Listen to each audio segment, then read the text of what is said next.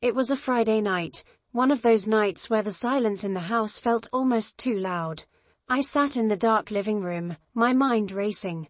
Just a few days ago, I stumbled upon something that would change everything: a text message notification on my wife's phone. A message she'd obviously meant to hide. It wasn't the kind of thing you expect after 5 years of marriage. Our relationship had its ups and downs, sure, but I always thought we were solid.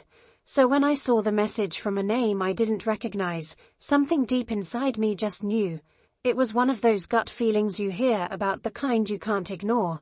I clicked on the message, and there was proof of an affair. They were planning a date night. It stung reading those words, but I couldn't look away. I went through the message history and saw the emotional connection, the excitement, the flirty exchanges. It hurt more than I'd ever imagined.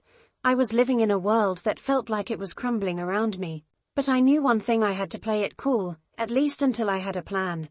The next few days were agonizing. I couldn't bring myself to confront her immediately. Instead, I put on an Oscar-worthy performance, pretending everything was normal while gathering the strength to confront her. But deep down, I was boiling with anger and betrayal. I kept thinking of all the memories we'd shared, and every single one felt tainted. Finally, Friday arrived, the night of their date. She told me she was going out with some friends and would be back late. I nodded, pretending I believed her story, even managing a forced smile. She kissed me goodbye, and it took everything in me not to pull away. As soon as the door closed behind her, I sprang into action. I set up the living room, dimmed the lights, and positioned myself on the couch with her favorite wine bottle she'd recognize immediately. I wanted everything to look calm, almost calculated. I had no intention of yelling or getting emotional. I wanted her to walk in and feel the weight of my disappointment and betrayal. Hours passed as I waited in silence, each tick of the clock echoing in the room. Then, around midnight, I heard her car pull into the driveway. My heart pounded, knowing this was the moment of truth. The door opened slowly, and she stepped in, surprised to see me awake. Her eyes widened as she noticed the dim lighting and the wine on the table. I could tell she sensed something was wrong, but she tried to play it cool, offering a weak smile. "Hey, you're still up," she said, sounding nervous. "Yeah, couldn't sleep," I replied calmly, locking eyes with her. She looked away, probably to avoid what she knew was coming. She took a step forward, but I stopped her. "How was your night?" I asked, watching her closely. "Oh, just a quiet night with the girls," she said, her voice a little too casual. I took a slow sip of wine, letting the silence linger. "With the girls," I said, letting my voice drop just enough for her to feel the tension. Her face shifted, the color draining as she realized I wasn't buying her story. She opened her mouth to say something, but I raised a hand. "Save it," I said, pulling out my phone. "I know where you were tonight, and I know who you were with."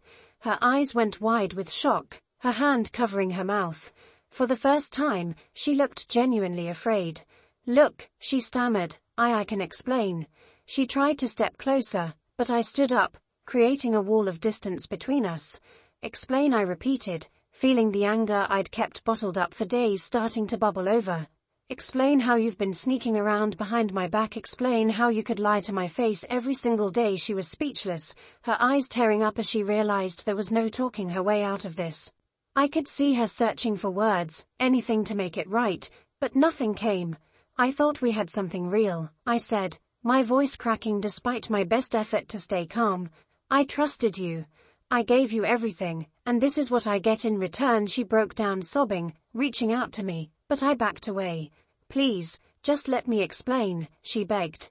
"Explain." "You've been explaining nothing but lies for weeks." "I don't want your excuses," I replied coldly, my heart aching but my mind determined. "I'm done being a fool." The silence that followed was heavy. She looked at me, her face streaked with tears, but I couldn't feel pity. I had spent too many nights wondering what went wrong, and now I had my answer. "Pack your things," I said, my voice barely more than a whisper. "I want you out by tomorrow."